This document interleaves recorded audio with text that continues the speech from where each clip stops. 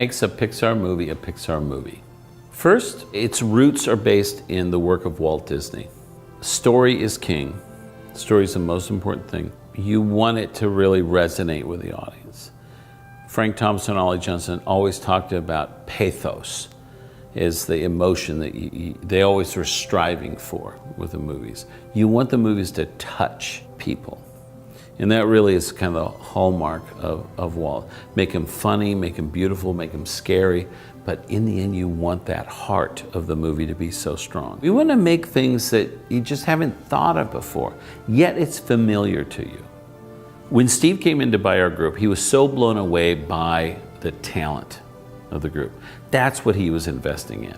We had the Pixar image computer, it was hardware. We had all the software and stuff, but he also bought into Ed's dream, which is computer animation. Ed always had a dream to do an animated feature film with computer animation one day. And that's why I was there. I loved animation, but I was so excited about the idea of doing computer animation. We knew that it could be something great for in the feature film world. But initially we were a technology company. And it was a slow evolution over those first 9 years until Toy Story came out, that we kind of evolved from a hardware and software company to an animation studio. But I came into this technology company, this group, and the smartest guys in the world, and I was like, I'm gonna need to learn how to program the computer. And I came in and I looked at these guys, and they're all PhDs. I'm never going to know what they know about the technology. And I thought, you know what? I'm not going to worry about that. I'm just going to sit next to them and work in collaboration with them because they don't know what I know. And that is how to bring a character to life and give it emotion and personality through pure movement. That's what I was taught by the great Disney artists. So I could just work in collaboration. And that started this foundation of the way we work at Pixar is that the art challenges the technology and technology inspires the art. And that's what set Pixar apart.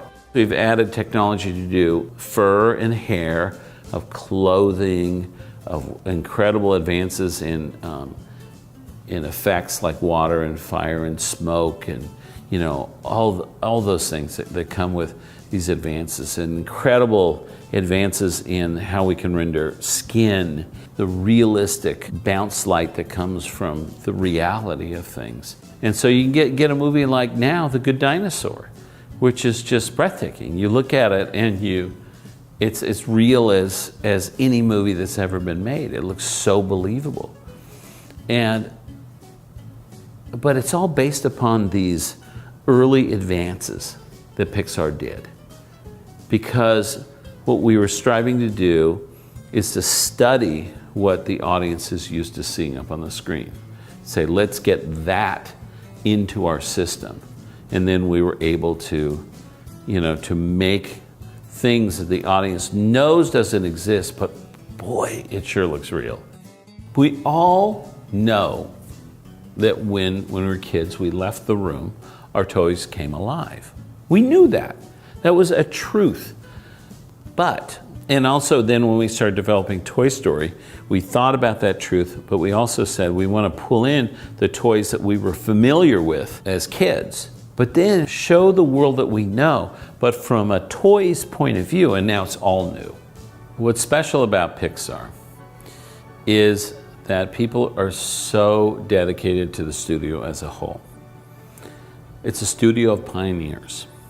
People love working on our films because they're always doing something new. It's not the same old, same old. We're always challenging them to do something new, technically and artistically. And a lot of that comes from the years and years of us at the leadership being dedicated to quality as the best business plan. I remember fondly the wrap party for Toy Story as being really one of the great moments in Pixar history, because it's something no one else had ever done before, and we did it. And it was a small group of people too, and we did it. It was really exciting, and we were so proud of the film. I think A Bug's Life was a highlight because that was being successful with our second movie, you know, not failing on the second one. That was exciting. I love the movie Cars, and seeing Cars come alive as an entire land at Disneyland. That was really special because I grew up about a half an hour from Disneyland and worked during my college days at Disneyland as a ride operator on the Jungle Cruise. I remember I took my family to Walt Disney World right after Toy Story had come out. And so we were flying back from Orlando to San Francisco. And we stopped in the Dallas airport and we were changing planes. And as we were getting off of the plane, there was a little boy with his mom standing there at the gate waiting for his dad to come off the plane.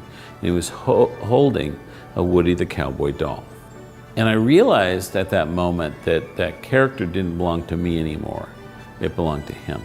It really means that that you've touched people, that you've created a work of art, you've created a movie, you've created a character that really entertains someone or really touched someone to where now it's a part of their life, it's a part of their family.